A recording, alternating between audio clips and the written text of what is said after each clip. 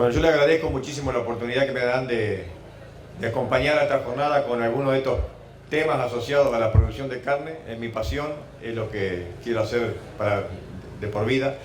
Hoy el tema que nos toca no es menor en las épocas que estamos viviendo y no es menor en estos ambientes, en estos campos donde la ganadería compite con la agricultura, ya ni siquiera por las hectáreas, compite por la fibra. Ni siquiera nos discutimos hoy si nos preocupa el rendimiento agrícola, el rendimiento en granos. Muchos de acá han hoy visto la productividad que tienen estos campos para producir maíz o para producir algún otro producto agrícola, pero todavía seguimos sin encontrar el espacio común de estos sistemas entre la ganadería y la agricultura en lo que respecta a un componente muy importante que es la fibra de calidad o la fibra en general. ¿Por qué digo esto respecto de la fibra? Porque la siembra directa y la agricultura que nos ayuda a conservar suelos es un demandante de fibra. Entonces nosotros tenemos que ser muy cuidadosos en cómo producimos y utilizamos esa fibra.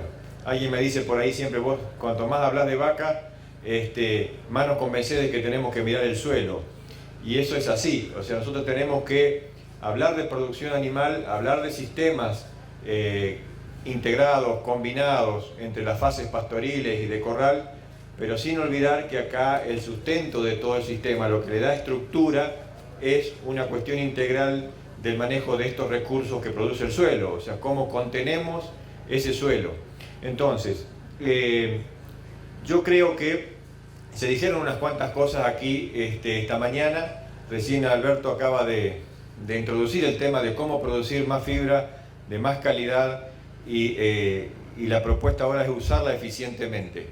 Hay una cosa que él dijo muy clara, o sea, cuanto más intensificamos el sistema, más queremos extraer productividad de él. Cuando llevamos alimentos a un corral producidos desde una pastura, nos llevamos todo, no le dejamos el 50 o el 60% allí, nos llevamos todo en forma de silaje o en alguna otra. Entonces, bueno, seamos conscientes de eso. Para llevar todo lo que llevamos tenemos que hacerlo de la menor cantidad de hectáreas posibles o de una rotación bien planeada para recuperar luego esa cantidad de fibra que nos estamos retirando del sistema y después usarla eficientemente. Vamos a introducir un poquito ese tema rápidamente, digamos, porque una de las estructuras del proceso ganadero intensivo, donde por ahí queremos retirar los animales de las estrategias tradicionales de recría y ponerlos en un corral, nos lleva a discutir de cómo le damos de comer, y justamente es en esa fase de recría donde los niveles de fibra son más altos, o los más altos del proceso de engorde, o de recría y engorde. En esta digamos, diapositiva introductoria estamos viendo la tendencia de los sistemas en la Argentina. O sea, nosotros vemos una tendencia creciente al aceleramiento de los procesos. O sea, se van haciendo invernadas cada vez más cortas, que se parecen más a los 12, 14 meses en promedio, y nos vamos alejando de aquellas que eran de 18, de 20 o 2 años los animales luego del destete dando vuelta por el campo. O sea, si algo ha cambiado en estos 15 años o 12 años de nuevos modelos ganaderos, es la velocidad de la invernada. Producimos en menos tiempo la misma o un poco menos de cantidad de carne por animal. Entonces, se nos han acelerado los procesos y estamos en modelos que cada vez producen más novillito y no tanto novillo. Eso posiblemente, sin embargo, en algún momento va a llegar a un límite. Nosotros creemos que nuestra tendencia como país debiera ser un poquito a revertir ese proceso, seguir con eficiencias altas, pero producir más kilos con los kilos ya nacidos o puestos en el suelo. Hoy por hoy, digamos, en el país coexisten muchos modelos. Hay una gran diversidad de modelos. Los de tipo más intensivos son los que incorporan el corral en la etapa final, ya sea los que tienen a los animales todo el tiempo en un corral, o aquellos que usan alguna estrategia de recría pastoril y luego la etapa de terminación. Y justamente son estos los que están habilitando a una ganadería que tiende a adaptarse a la presión agrícola, pero hay que reconocer allí estos desafíos que yo mencionaba, o sea, el problema de la fibra y el problema de las eficiencias de conversión. No voy a discutir esto porque no vamos a tener mucho tiempo, pero esto no hace más que describir algunos modelos, digamos, de los más pastoriles a los más intensivos y más rápidos. Uno de los ejercicios de que uno viene viendo en los productores y en los grupos es que hay una tendencia a acelerar el proceso, y aquellos que son un poquito más eficientes económicamente lo están logrando, no tanto tal vez apuntando a unas engordes de terminación de muy altas ganancias, por ejemplo estar 4 o 5 meses en un corral a más de 1,3 kg por día, sino tal vez ser un poco más prolijos en la etapa de recría, o sea, tal vez apuntar a un proceso como se contó esta mañana en este campo, ¿no? Sobre todo en estas regiones marginales, donde el costo del grano es un poco mayor que en las otras zonas más núcleo del país. Están siendo bastante eficientes económicamente estos modelos que aceleran un poquito desde el principio, desde el destete al proceso de recría, lo convierten casi en una invernada. Hoy se mencionó acá 600 gramos, 700 gramos, o sea, esos modelos que buscan casi un crecimiento no de engorde temprano, pero de un nivel de crecimiento típico de una terminación pastoril, aunque aquí estén sumando suplementaciones o incluso el corral al final. Un corral de terminación digamos, de aumento de 1 kilo por día o de 900 gramos, 1,1 kg, es para algunos sistemas mucho más fácil de abordar que uno que especula con 1,4 kg. Pero vamos al tema de las recrías. O sea, en definitiva, las recrías que están mejorando la eficiencia de los sistemas o permitiéndole ser liberadoras de superficie, están con el gran dilema: o uso más silaje, para eso entonces discutimos la cantidad de fibra, cómo lograr ese silaje, el nivel de proteína de esas dietas, o en los casos en que no tenemos ese recurso, que no podemos usar fibras emergentes de los silajes, tenemos que hablar de sistemas de dietas de oferta controlada. O sea, son energéticas, pero son de una oferta controlada para controlar el aumento de peso, si no tendemos al sobreengrasamiento temprano. Hay otra cuestión que emerge también de estas experiencias de recría, que es cómo afecta esa alimentación en la etapa de recría a la eficiencia en la etapa del engorde. Y ahí hay unos comentarios interesantes que los voy a hacer al final. Entonces, para las recrías con oferta energética limitada, ¿qué nos queda? Usar los silajes o usar alguna cáscara que muchos de ustedes usan, tal vez no tanto en esta región, pero donde están más cerca de las plantas de subproductos, aparecen las cáscaras, o afrechillos, las cáscaras de maní, que van reemplazando en cierta manera la presencia de fibra que tiene el silaje. Las dietas de recría típicas son aquellas que tienen más del 40% de una fuente de fibra, como aparece entonces acá el heno. Por ejemplo, estas son típicas de las primeras que se empezaron a usar. Hoy por hoy ofrecer heno, ofrecer rollos de pasto en recría es bastante complicado. Se ha ido desplazando eso hacia los silajes y las dietas basadas en maíz. Por ver ejemplos, digamos, nosotros empezamos hace más de 15 años a tratar de mejorar los aumentos de peso en etapas tempranas sobre verdeo de invierno, ofreciendo silajes, y lo que uno observa allí es que balanceando un poquito las dietas con ofertas de tipo de pastoreos horarios o pastoreos diría de mediodía en verdeos complementados con silaje, casi que independientemente del tipo de silaje, se obtienen aumentos de peso muy interesantes, que en estos casos, en estos ensayos, se aproximan al kilo por día, pero podríamos hablar de fácilmente lograr modelos de verdeo de invierno de oferta controlada con silaje suplementario, donde en algunos casos el silaje es el 60 o el 70% de la dieta, como en este ensayo por ejemplo, donde se pueden lograr aumentos muy interesantes de peso que por lo menos se aproximan a los 800 gramos por día con pastoreos de distintas intensidades, o sea, en horas de verdeo o de presencia de silaje. Estos son de las primeras experiencias que se fueron haciendo como para corroborar información ya de tipo histórica, ¿no es cierto? Y a su vez darse cuenta que esto en el campo era posible. Hace 15 años productores ya en toda la región central y en la región más marginal empezaron a suplementar los verdeos con silajes que fueran buenos oferentes energéticos. La clave está allí que para suplementar un verdeo de invierno con un silaje yo no puedo darle algo que ya tiene el verdeo, tengo que mejorarle la oferta energética, si no estoy simplemente estirando la capacidad de carga.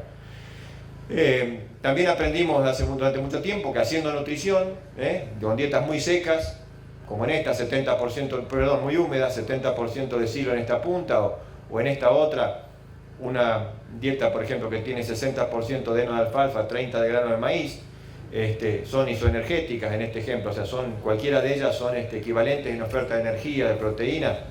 Uno puede lograr aumentos interesantes, o sea, puede hacer recrías casi con capacidad de engorde, y eso ya nos fue enseñando a todos que los silajes eran una gran oportunidad, ya que eran un poco más predecibles desde el punto de vista de la calidad que los henos de distintas pasturas o base de alfalfa. Y acá hay otro ejemplo más, por ejemplo, combinaciones de verdeos de invierno y silajes de maíz, ¿no es cierto? 800 gramos por día, me parece interesante. Otra cosa que hemos estado viendo es que los silajes en general tienen buena capacidad para participar en las recrías, también para los engordes.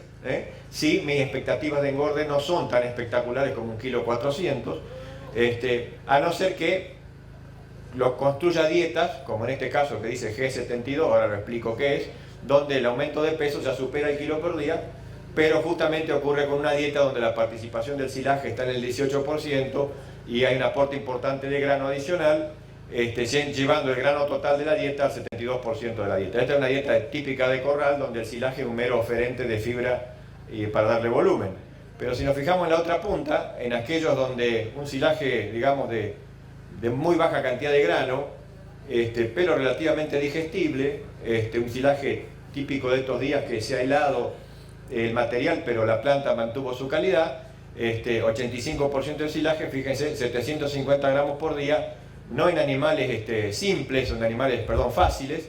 Esto está hecho en animales que iban de 300 kilos a casi 400 kilos, o sea, no solamente esto es crecimiento, sino acá hay un componente importante de terminación. Y las dietas típicas intermedias, digamos, estos serían aquellos casos donde uno tiene silajes de buen contenido de grano, o de bajo grano, pero enriquecido con algo de grano, nos lleva también a aumentos parecidos al kilo por día. Casi desde, digamos, con potencial para terminación. Entonces, ¿qué queremos decir con esto? Que en general en la región estamos viendo que los silajes, y lo que se ha visto en este campo también, tienen un buen potencial para la recría y para incluso la terminación si tenemos un modelo de expectativas de aumento de peso de alrededor del kilo por día o algo parecido. Los sorgos mismos, cuando miramos los silajes de planta entera en base de sorgo granífero, fíjense, dietas que tienen casi 70%, 77% en este extremo de silaje, en animales pesados, fíjense, de 320 a 430, 329 a 418, estamos en niveles de aumento de 1 kilo por día. Acá incluso, fíjense, 1 kilo 270 en animales que simplemente tuvieron, en vez de una fuente proteica la urea, la harina de girasol. O sea, vuelvo a lo mismo, los recursos que aparecen tienen un muy buen potencial, no son simplemente para una recría liviana, sino que tienen potencial para darnos aumentos importantes de recría y de terminación. Sí, uno encuentra que no los hacemos del todo bien en algunos casos, o sea, tenemos una tendencia a ensilar demasiado temprano y con materiales de mucho contenido de agua. O sea, acá tenemos un bajo contenido de materia seca. Estos son datos de materiales, de promedio de materiales que han llegado a los laboratorios. Fíjense los niveles de materia seca bajos. Cuando estamos por debajo del 35%, cuando estamos por debajo del 30%, ya tenemos problemas de consumo y de conservación por la cantidad de agua que tienen esos materiales. O sea, una recomendación sería vayamos hacia materiales cosechados un poquito más tarde para silo. O sea, no hay nada malo con hacer un silaje con 40% de materia seca, 35-40%. Hoy, este año, hay materiales que están dando buenos resultados y los esperamos un poquito más porque incluso las heladas ocurrieron un poquito más tarde y hoy tienen contenidos de materia seca muy interesantes. Yo voy más rápido por el tiempo porque quiero ir al otro tema que me interesa. O sea, nosotros sabemos que podemos regular la recría y ser eficiente con ella ofreciendo dietas de alta fibra. El problema más grave que tenemos es cuando queremos restringir los consumos, queremos hacer recría con dietas de muy baja fibra. Y ahí hago un comentario nada más, que mirando este ensayo, fíjense en la primera parte donde se le dieron dietas que tenían 70% de grano de maíz, 15% de harina de girasol, muy poquita fibra, incluso una fibra ofrecida por el afrechillo de trigo, acá no hay fibra larga, una dieta típica de engorde, un poquito más proteica, en diferentes proporciones o oferta por día, vamos del 1,6% del peso vivo al 3% en este ejercicio. Por supuesto, las que tienen mayor oferta por animal, los aumentos de peso de esa recría son altos, y cuando estamos con una oferta del 1,6, la mitad de lo que el animal estaría dispuesto a comer, estamos entre los 400 y 600 gramos. Pero entre medio, en ofertas del 2, 2,2, el 1,8% del peso vivo, estamos con aumentos interesantes en ese periodo, llamémoslo temprano, de recría, de 800 gramos, de 700 gramos, y que en este caso en particular, dado que estos animales salían luego al pastoreo, terminado la etapa de recría, se iban al pasto, al campo, la salida, la transición hacia esa etapa de pastoril no es tan traumática en los animales que consumieron una oferta controlada, o sea, con niveles bajos de consumo por día, parecido al 2% o el 2,2%. Aquellos que tenían un consumo casi ad libitum sufren una crisis mayor porque no tienen el rumen totalmente adaptado al grano, al almidón, y de ninguna manera pueden rápidamente adaptarse al pasto. Entonces tengamos en cuenta estas cositas cuando tenemos dietas demasiado almidonosas, y sobre todo cuando consumen a voluntad o en proporciones altas respecto de su peso vivo, y luego queremos que pasen a una situación de mucha fibra o de forraje y pastoreo directo. Entonces tengamos en cuenta eso. El otro, digamos, vamos a ver más rápido acá. Yo quería hacer un comentario adicional, no tenemos mucho tiempo, respecto de la proteína que estamos dando. A veces nosotros ofrecemos proteína en términos proporcionales a la dieta. Decimos, bueno, necesitamos 14% de proteína, 15 o 12. Pero no es lo mismo en términos absolutos cuando damos 10 o 12 o 14, si estamos controlando o no lo que el animal está dispuesto a consumir. Entonces, en los términos prácticos, y acá lo podemos ver en estos números en rojo, o sea, si vamos de un animal de 150 kilos a uno de 450, fíjense que sin limitante ese animal puede estar en una demanda entre 800 y 900 gramos de proteína cuando es muy chico, a 1 kilo 100, 1 kilo 200 cuando está próximo a su faena o animal grande. O sea, es bastante estable la demanda de proteína de un animal para crecer sin limitantes. Estamos hablando de 900 gramos 1 kilo por día. Entonces, para hacerla fácil, si nosotros decimos, bueno, yo no quiero restringir el crecimiento del animal, no quiero disminuirlo, no quiero afectarlo, y puedo empezar a pensar, ¿por qué no en darle 900 gramos de proteína todos los días, desde que ingresó al sistema de recría invernada hasta que lo faeno? Y ahí yo me advierto o me cubro de aquellos errores de suministro en cantidad por animal y por día, cuando lo estoy haciendo en forma proporcional a la composición de la dieta. Y después juego con los niveles de fibra, los niveles de consumo por día, controlando las otras cosas. Esto así de simple, créanme, está funcionando bastante en varios lugares donde quien suministra dice, mira, tengo que poner tantos kilos por día de un suplemento proteico, como puede ser la harina de girasol o el espele de soja o el poroto de soja. Sé que tengo que dar tantos kilos de eso por animal y por día. El resto es lo que me complementa y con lo que juego para controlar el consumo. Así de simple está funcionando bastante bien para controlar uno de los problemas que estamos teniendo, que es la subalimentación proteica en periodos tempranos y la sobrealimentación proteica en periodos de ya determinación.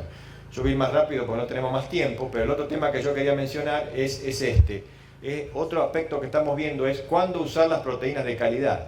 O sea, en esto de ajustar las dietas, por ahí hemos sido poco observadores de qué proteínas dar cuándo. Es evidente que en etapa de terminación tenemos demanda de menos proteína, de menos nitrógeno, pero también podríamos tener allí la oportunidad de bajar la calidad de la proteína que damos. O sea, podemos hablar tal vez de dar dietas con menos proteína y más urea, por ejemplo, siempre y cuando hayamos hecho las cosas bien en la primera etapa durante la recría. Y en este ejemplo lo podemos ver. Fíjense que acá hay una recría y una terminación, 6 planteos, con dietas muy energéticas, 67% o 65% de grano, más del 70% en la terminación, y 3 fuentes proteicas. Aparece la harina de girasol, la harina de soja, 2, y combinada en distintas proporciones. Siempre decimos que la harina de soja tiene más calidad que la harina de girasol. En este ensayo también está la urea, que yo no la incorporé aquí, pero digamos, ¿qué nos dice en definitiva la respuesta animal? En animales que empiezan de 160 kilos hasta 280, acá 290, acá ya están recriados de 260 a casi 400. ¿Qué nos dice esto? Que la calidad de la proteína tuvo un efecto en estas etapas tempranas. O sea, no es lo mismo suplementar con harina de soja que con harina de girasol en animales en recría. Fíjense, 870 gramos versus 1,100 kg en dietas que son isoenergéticas. Pero sí es lo mismo acá, en la etapa de terminación. Incluso si agregáramos los tratamientos con urea que había aquí, veríamos que con la urea incluso el aumento fue menor que con estas fuentes proteicas naturales, pero no tuvo efecto la fuente de nitrógeno en la etapa de terminación. Entonces, no es menor el ahorro que podemos hacer si nosotros adjudicamos o asignamos la fuente proteica a las etapas como...